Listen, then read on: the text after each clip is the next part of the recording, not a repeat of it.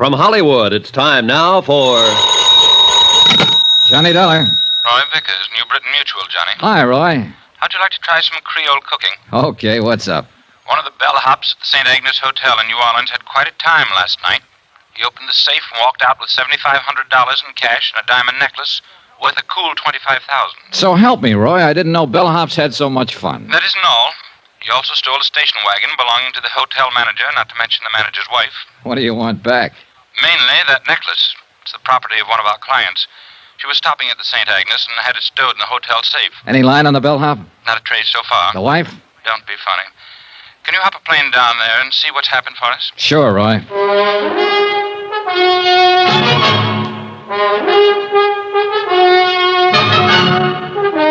Tonight and every weekday night, Bob Bailey in the transcribed adventures of the man with the action-packed expense account, America's fabulous freelance insurance investigator. Yours truly, Johnny Dollar.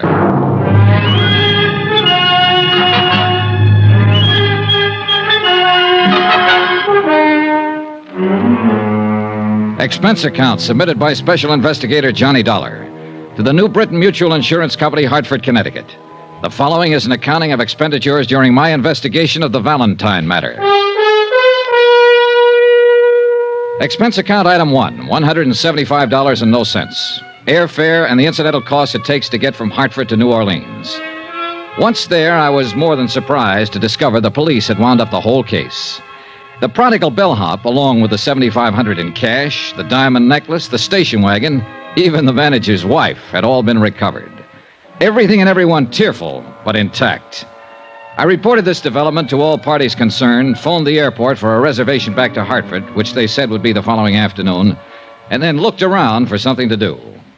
I found a spot on Burgundy Street that seemed to be less crowded than the others and settled down for the evening. That's where it happened. He was sitting alone, tall, gray-haired, rugged. A face full of some 50-odd years, I guessed, and full of some other things no one could guess. It was 3 drinks at the bar before I made out who he was, who he had been. A man who was once big, in a way that only Prohibition made them big. This seat taken? No. Mind if I sit down, Mr. Valentine? Well, you can't be that old. How old? Old enough to recognize me. Recognize you from your picture. A long time ago. Time. I guess I could tell you more about that than anybody. You a cop? No, I'm an insurance investigator. You were a cop once? Once. Can I buy you a drink, Mr. Valentine? Dan's enough. Sure. You're doing better than the boys in the force. I've been living in New Orleans for 3 months now. Nobody's calling me. Any reason why they should? No, there isn't. But then no one's ever figured out a way to stop a policeman from making a visit when he wants to. That's true. That's a funny thing. There's a lot of policemen I've liked in my day. Visiting policemen. That is, on certain days. You're too young to remember much about it, Dollar, but a long time ago, a bunch of old women made a law called the Volstead Act. Sure. Prohibition. Everybody heard about it. Including the old women who passed the law. You see, this law was supposed to be for the other guy, not for them. Anyhow, a lot of people started bottling up violations of this Volstead Act. You tired? No, not a bit, Dan. Well, it got me a lot of money and a lot of trouble. 13 years for income tax evasion, finally. Ended just 3 months ago, and I came here to live happily ever after. Funny. No. New Orleans is a nice, quiet place to live. Better still, no one's bothering you. That's the way I want to keep it. And they can pass 1,000 stupid laws, and I'm not going to fall for any of them. Everything the book says, everything in order. How's that sound? Pretty good. You believe it? Yes, I do. Then I've got my point over. I'm flattered that you recognize me, Dollar. I paid back 10 days for every one I took. Now, all I ask is that you don't ask the police to bother me. Okay. As far as I'm concerned, Dan, you didn't even have the dinner I'm about to buy for you. Dollar, it's nice to come out of prison and be recognized by a nice guy. Where we go, Jimmy Moran's? That's where we went, and it was a swell dinner. Only Dan Valentine didn't eat much of it. He tried to smile and crack wise, but there was a sadness about him that stood in the way. I wanted to ask him more questions about those days back when, but I didn't. We dropped into a couple of other places. The Absinthe House, Joe Glorioso's. We listened to some jazz and drank Sazeracs and walked along Canal Street. Finally, we shook hands and said goodnight. Expense account item 2, $26.26. Hotel, board, and miscellaneous. The next morning, I packed my bags, checked out of my hotel, and was about to take a limousine out to Mobile Airport. Oh, Mr. Dollar? Yeah. A message for you. Oh, thanks. It was from a police officer on the New Orleans force, an Inspector DeBaca.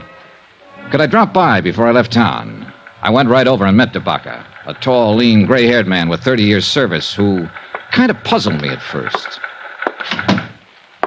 Thanks for coming by, Dollar. Sure. Sit down. What's up? The bellhop take back his confession on that necklace theft? No. This is something else, Dollar. Dan Valentine. Oh. You met him about 6:30 last night. You had 2 drinks with him, and you went over to Moran's and had dinner. You went to 2 other places. You left him at 11:30. Yeah, I also brushed my teeth when I got back to the hotel, but I bet you can't tell me what color my pajamas Now, take were. it easy. Just take it easy. Maybe I'm saying this bad. He doesn't know it, but we've been keeping an eye on Danny ever since he showed up in New Orleans. Just so happened you were with him last night, and you did business with us here yesterday afternoon. So? We want to know if you had any business with Dan Valentine. Don't be funny, Inspector. Okay. Now, don't get huffy. Let me put it this way. Dan came to New Orleans 3 months ago, bought a house out in Jefferson Parish. He hired a housekeeper, bought himself a little car, took up fishing every afternoon or just walking. Nothing wrong with that? No, of course there isn't. We liked it fine. The boys in the car drive by now and then to look at him. Just look. No questions, no knocking on the door. When we see Danny in town, we turn the other way. Just look, you see? Sure. Now, he doesn't have any visitors. No old pals from Chicago or New York or Detroit come to see him. He lives alone. And he likes it. That's what he told me. You're his first visitor. Now, I just wondered. You wondered wrong, DeBaca. Okay. I had to ask about it. You know how it is. Yeah. Excuse me. Yeah? Okay. Right on cue. Your pal just stopped a couple of bullets. Huh? Danny Valentine. Come on. According to the uniformed officer who had put in the call, a newspaper boy had found Valentine lying on the sidewalk and roused the neighborhood. One of the residents had carried him inside. The ambulance crew stood by the bed as we came in. Valentine was lying on his back, the white chenille spread under him changing to a deep red. 2 bullets had ripped ragged holes in one shoulder through flesh and bone. But he was just as self-contained as ever. I got the idea you were going to stay out of trouble, Dan. I didn't know I was in any trouble. Hiya, Dollar. Okay. You went to the police after all? No. The inspector called me in. About you, Dan, but let's forget that for now. How'd this happen? This? Cleaning my gun. You're a loser, Dan. You're not supposed to have a gun. Oh, you know me and the law. We sometimes didn't hit it off. Odd, where is the gun? What gun? The gun you were cleaning when you were walking down the street and shot yourself. I swallowed it. Now, look. Somebody's taken a couple of shots at you, Dan. Nobody can tell us anything about it but you so far. We don't want you murdered. Well? Okay, boys. Get the ambulance back. Wait a minute. You're hurt. You're going to the police hospital. No. I've served my time and I'm clean. Being shot at even in this state doesn't make you a criminal. Dollar. Yeah, Dan. Do me a favor. Would you phone a private hospital and have me taken there? Go ahead, Johnny. Take it easy, Dan.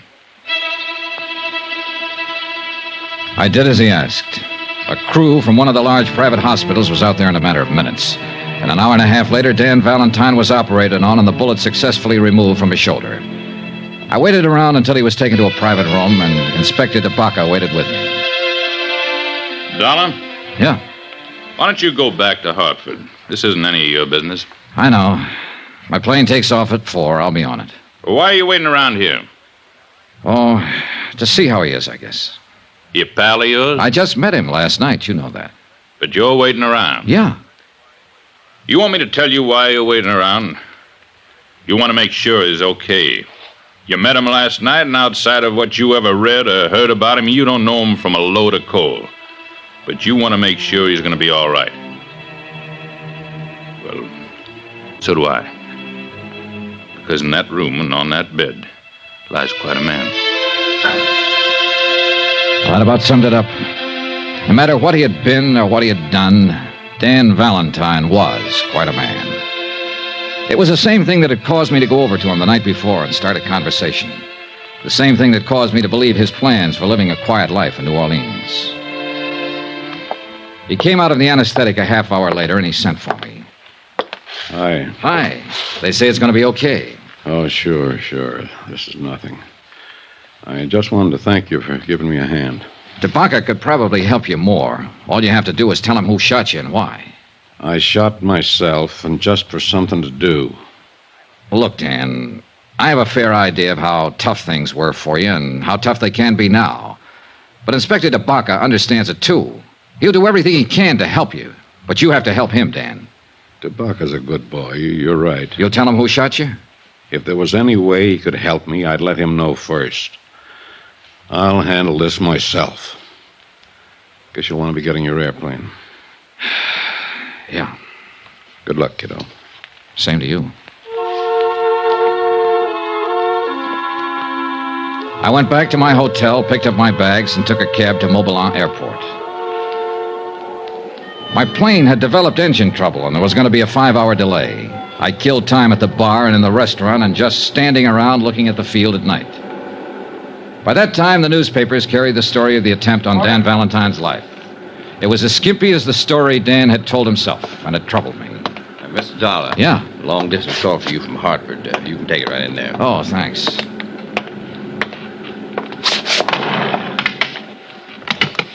Johnny Dollar.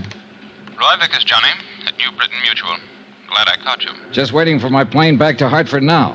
This story about Dan Valentine's in all the papers up here. Have you read it? Yeah, I was in on it in a way. Somebody shot at him today. He won't tell who. Says he'll handle it himself. Can you find out, Johnny? I don't know. Why? We carry a $50,000 policy on him. If somebody's trying to kill him, we'd like to know all about it. You mean I can stay here and work on this? Yes. Okay, Roy.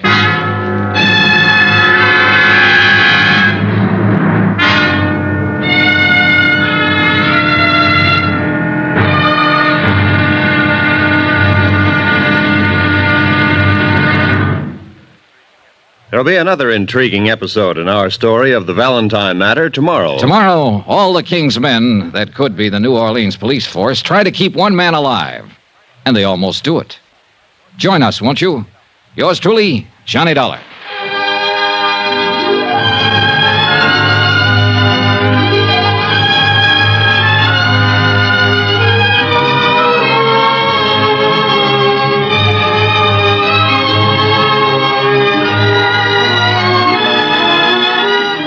Yours truly, Johnny Dollar, is transcribed in Hollywood. Written by John Dawson, it is produced and directed by Jack Johnstone. Be sure to join us tomorrow night, same time and station, for another exciting episode of Yours truly, Johnny Dollar. Roy Rowan speaking.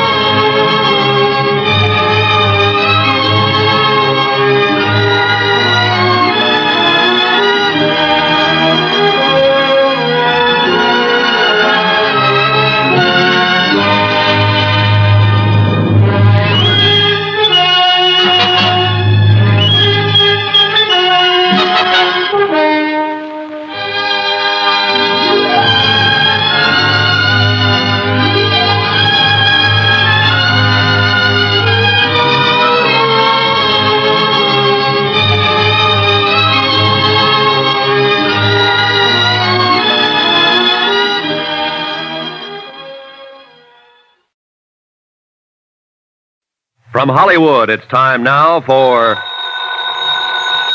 Johnny Dollar. This is Mrs. Gottler speaking. Gottler? I'm Kathleen O'Dare's landlady. Oh, You yeah. left word you wanted to talk to me. That's right. I'm trying to find Miss O'Dare. Do you know where she is? You a friend of hers? I think I will be once I meet her. I'm an insurance investigator. I want to help her. That's what the other one said. What do you mean? What other one? Fella that come up here a while ago, short, mean-faced, shifty-eyed. Benny Stark? Was that his name? He didn't say, Mr. Dollar. I guess he was too busy. Busy? Doing what? Breaking my good right arm. I'll be right over.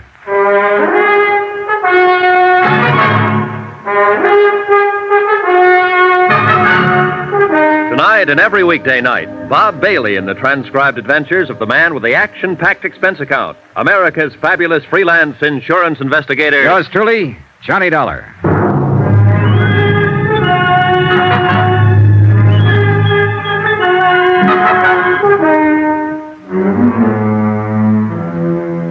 From Special Investigator Johnny Dollar, New York City, to the Home Office, Tri-Mutual Insurance Limited, Hartford, Connecticut. Assignment, the Nick Shern matter. Expense account continued. Item 5, $2.30. Taxi to Mrs. Gottler's rooming house, the place Kathy O'Dare had called home until she disappeared.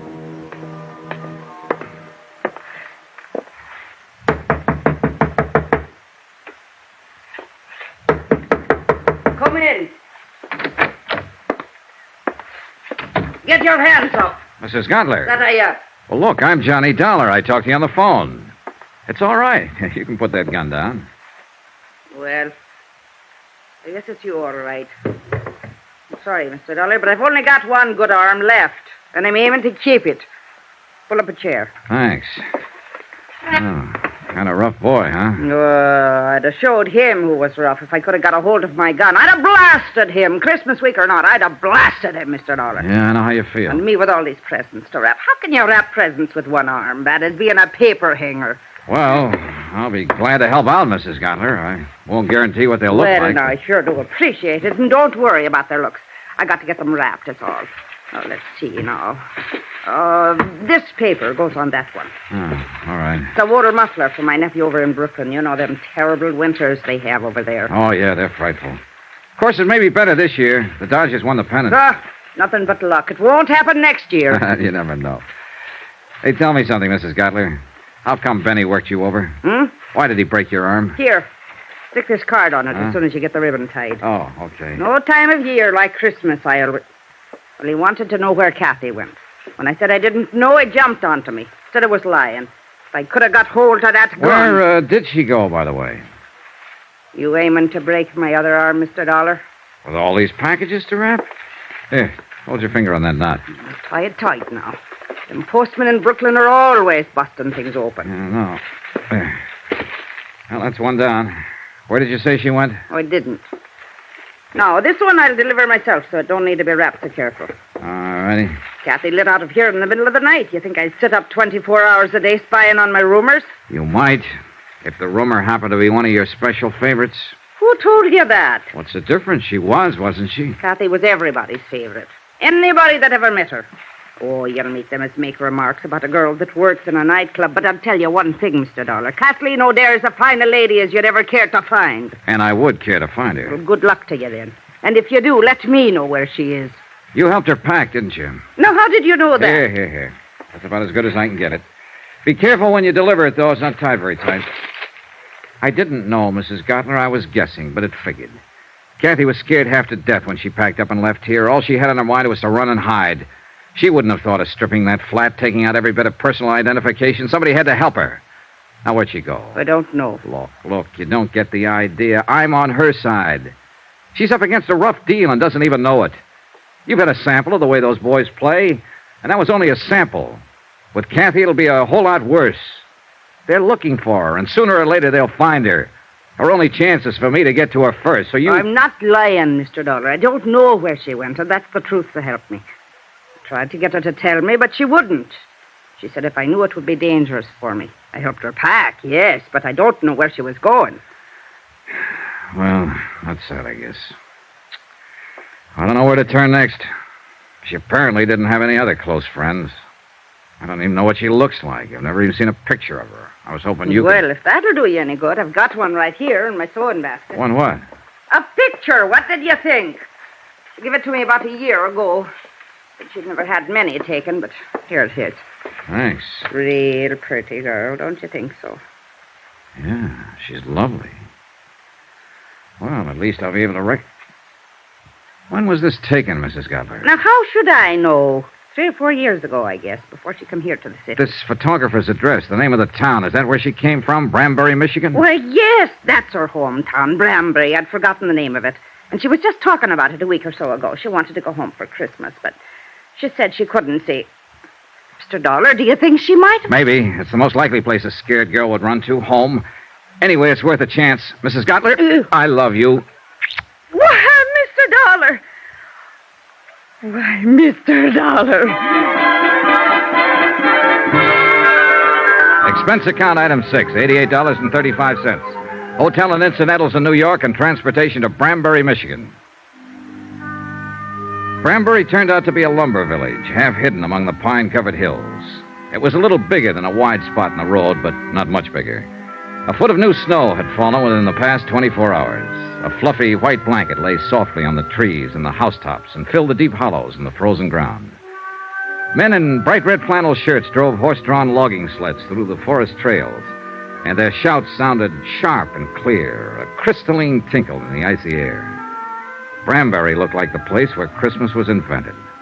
It was beautiful, and very quiet when it came to putting out information. I found it out first when I tried the local telephone operator. Number, please. I just checked in here at the hotel, operator. There doesn't seem to be a phone book, People so... steal them, that's why. Traveling people going through. Oh, souvenir hunters, I suppose. How's that? Look, I wanted to call the O'Dares. Could you It's put... not O'Dare's. There ain't but one. That's old Mike. Oh, and that's the one I want to call. Would you mind ringing him? Won't do no good. He ain't there. He's slabbing up at number 4 mill today. Well, actually, it's his daughter I want to talk to. Daughter? Yeah, that's right, Kathleen. Do you know her? Just growed up with her's all. Oh, well, would you You a mind... friend of hers? No, I've never met her, Where but you from? I came here from New York, What's but your name? Johnny Dollar. Now, will you please ring She don't Kathleen live here. She lives in New York City. I know where she lives. And what give you the idea she'd be up here? I'm psychic.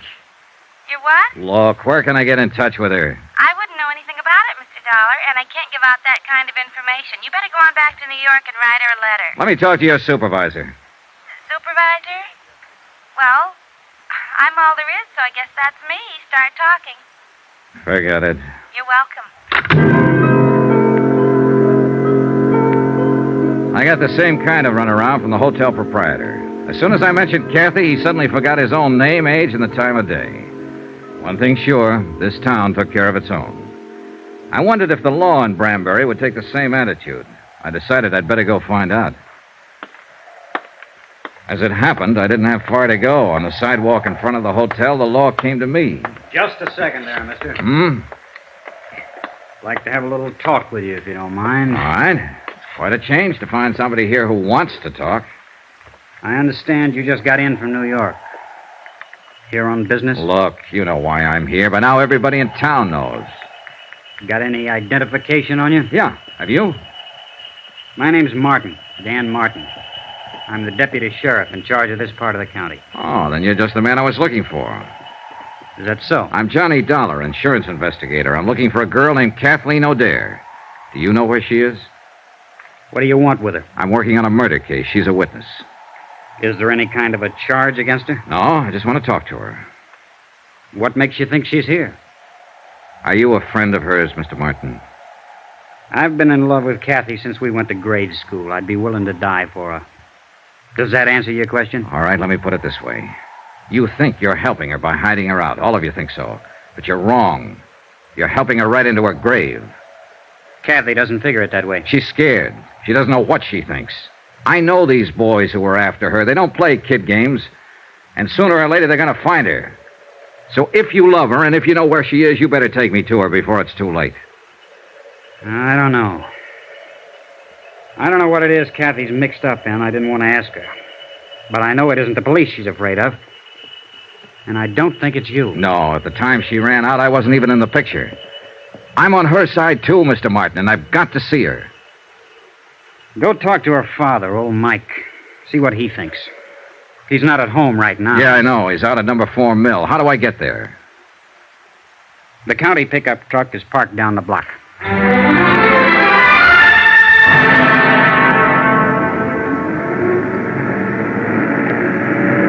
The tire chains bit into the packed snow and pushed the 4 miles of logging road behind us. It was late afternoon, and the sun had dropped behind the timbered slopes, throwing a pale sheet of cold yellow against the western sky.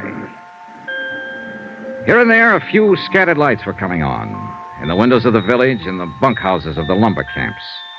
Bright white sparks against the darkening shadows.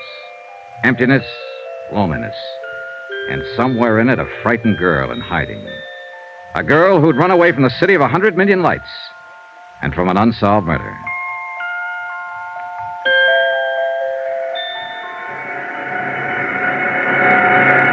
Mike O'Dear was winding up a job working at the big slabbing saw, and I stood by and waited for him to finish. Be right with you, Mr. Dollar. This is the last one. Okay.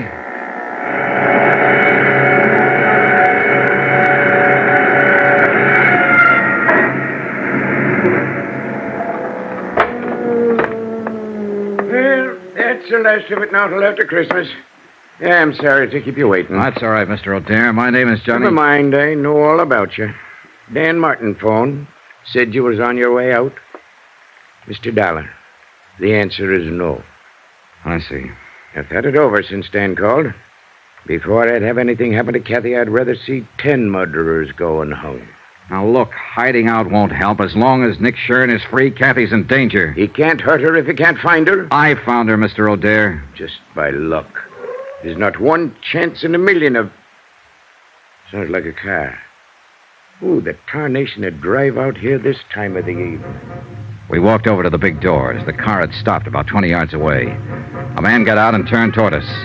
I was standing under the dock light, so he recognized me before I got a good look at him. He jumped back in the car and went for his gun. Benny Stark. Get back, Mr. O'Dear. It was too dark to get a decent shot. I tried once more and missed, and the car disappeared behind the trees.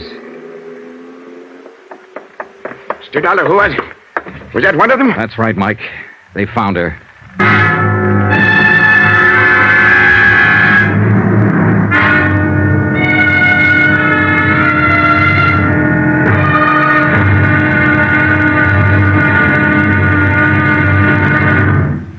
There'll be another intriguing episode in our story of the Nick Shern matter tomorrow. Tomorrow, a lonely vigil in the snow, a killer prowls the night, and a lovely lady vanishes.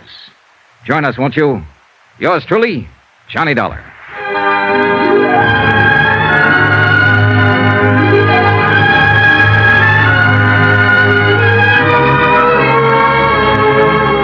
Yours truly, Johnny Dollar, starring Bob Bailey, is transcribed in Hollywood. Written by Les Crutchfield, it is produced and directed by Jack Johnstone. Be sure to join us tomorrow night, same time and station, for the next exciting episode of Yours truly, Johnny Dollar. This is Roy Rowan speaking.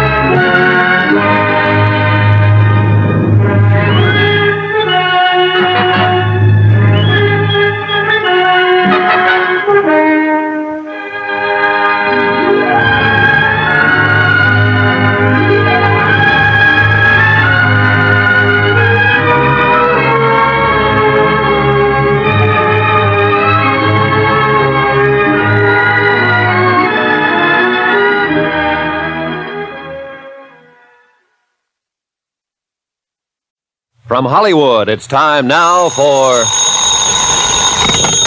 Johnny Dollar. Bill Crosby, Dollar. Were you in bed? Nope. Good. Put on your coat and come on downtown.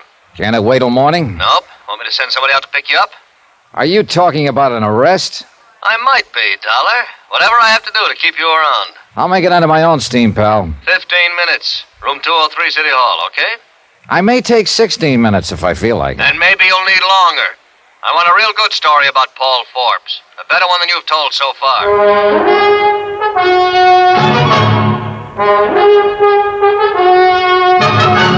Tonight, And every weekday night, Bob Bailey in the transcribed adventures of the man with the action-packed expense account, America's fabulous freelance insurance investigator. Yours truly, Johnny Dollar.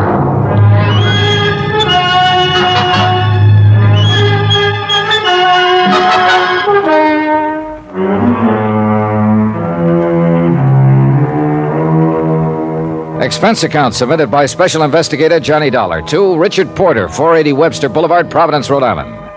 The following is an accounting of expenditures during my investigation of the Shepard matter. Swindle sheet item 7, 10 cents, one newspaper. It carried the story of Dr. Shepard's murder and told how his life had been threatened by Paul Forbes earlier in the week. Obviously, Dr. Charles Shepard had been lured to his death by Forbes, who had telephoned him, pretended to need a physician, waited until the victim appeared, and then shot him down. The police had an APB out for Paul Forbes. All parties concerned were notified. The deceased was survived by his mother, Mrs. Clara Shepard of Pawtucket. Amen.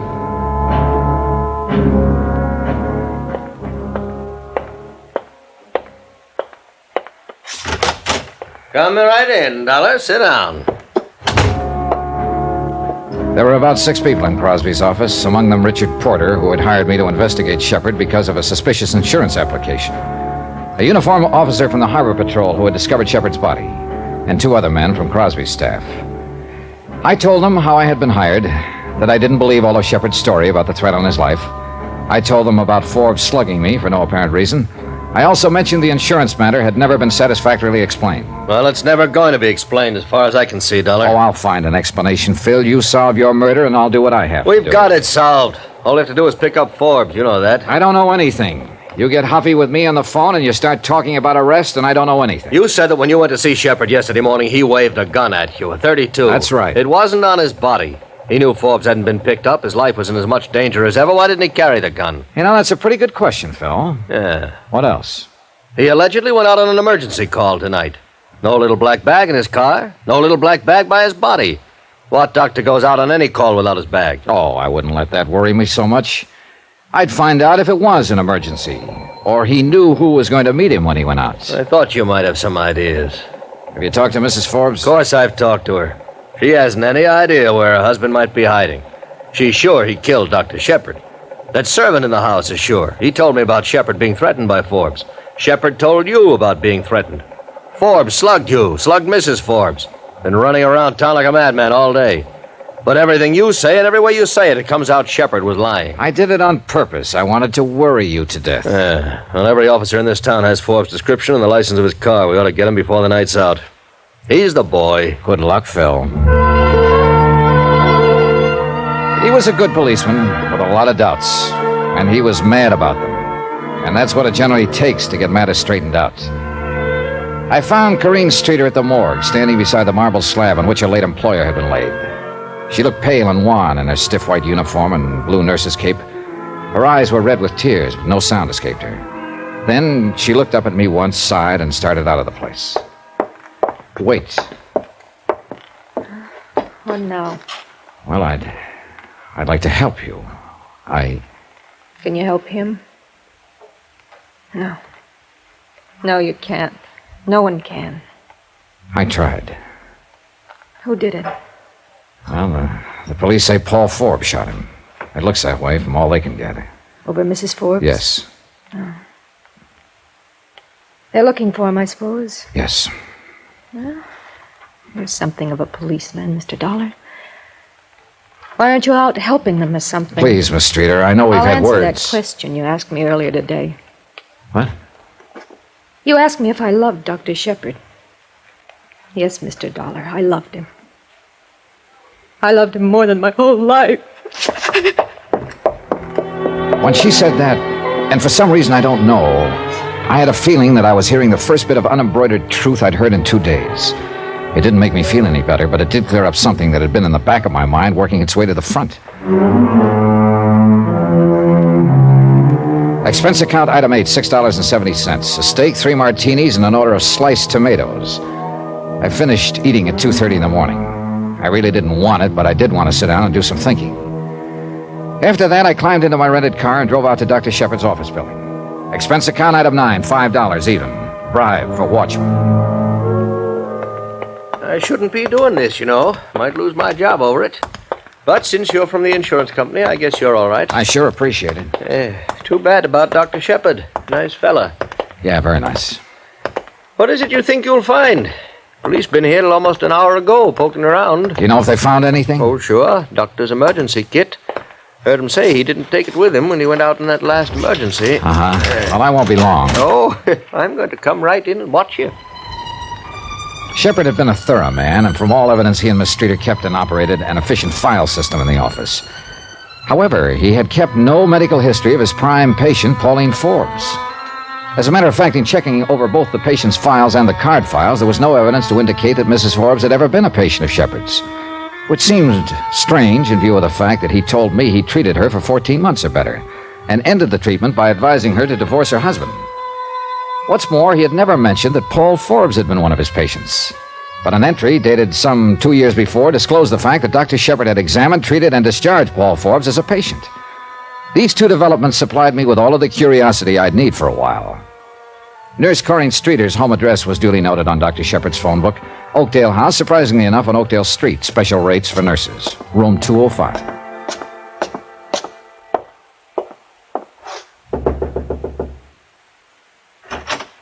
Yes? Oh, Mr. Dollar. How do you feel? Not too good, Mr. Dollar. I only got home about 15 minutes ago. They kept me down there pretty long. Then Dr. Shepard's mother came. Do you want to come in? Yeah, thanks. It isn't much of a place, is it? I mean, I haven't straight... Well, things like tonight aren't easy, I know, but...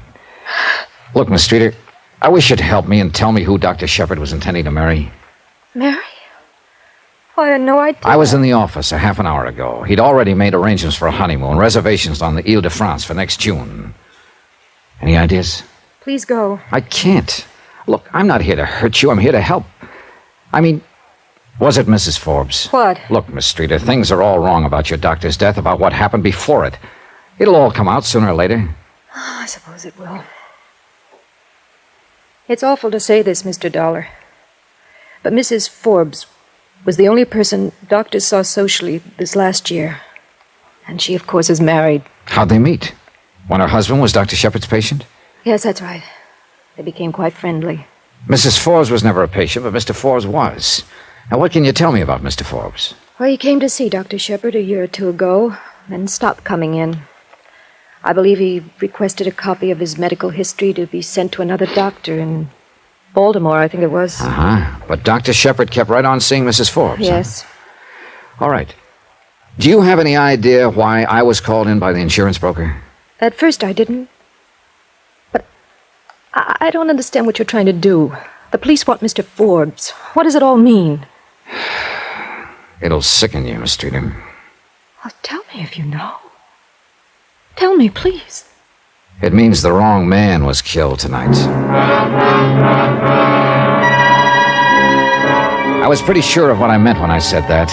And I was also pretty sure that Phil Crosby and the police department had recognized the setup. It so happened I had a head start in the way of information. And though it was 6 o'clock in the morning by that time, I decided to use it. Mr. Dollar? Hello, Mrs. Forbes. I'd like to come in. What is it? I should have tumbled to it right away, but your husband fit the part too well. Look here. I've been through quite enough today with the police and all out looking for Paul and Dr. Shepard being killed. Stop looking pained and tired. I'm the guy that's tired. I'm the one who was going to be the star witness when the state tried Shepard for killing your husband. What? Why not get a star witness for free? Why not make a suspicious insurance move so an investigator would be called in? An investigator who'd back up a self-defense plea for your doctor and get him off on justifiable homicide. Get out of here! Get out of here! I'll call the police! And you and the doctor sail to France in June and live happily ever after? What's the matter? Wouldn't your husband give you a divorce? Go ahead. If you say it's that way, Mr. Dollar, and you know everything, then it must have been that way. Only it got fouled up. Your husband did shoot your boyfriend after all, just as he threatened to. Get out of here! You can't prove any of it, not one word of it. Oh, you're right about that, Mrs. Forbes. I can't prove anything, not a thing. Shepard's dead, and they want your husband for it. He threatened Shepard, and they'll get him for it, and that's that. But you have something to live with for the rest of your life. Your doctor's gone. He'll never come back. Or maybe you can just have a cup of coffee and forget all about it. Get out! Get out! Leave me alone! Leave me alone!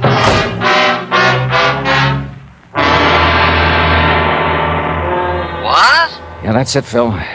That's what was supposed to happen. Shepard had it planted all over town how Forbes had threatened his life. He had witnesses. He had me, even. All he had to do was go out and shoot Forbes any place, any time. But Forbes got him first.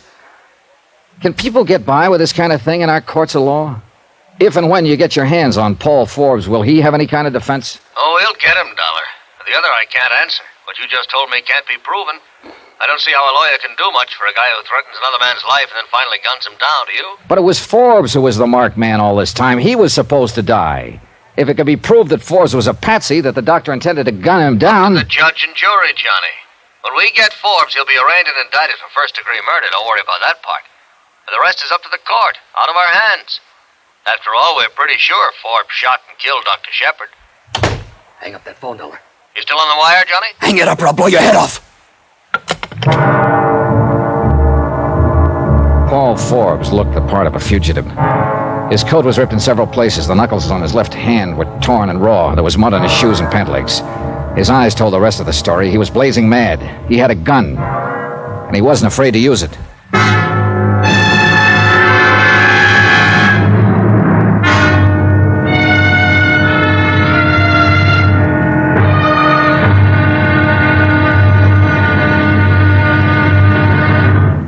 Now, here's our star to tell you about tomorrow's intriguing episode of this week's story. Tomorrow I find out how hard it is to kill a lie. Sometimes you have to kill it twice. Join us, won't you? Yours truly, Johnny Dollar.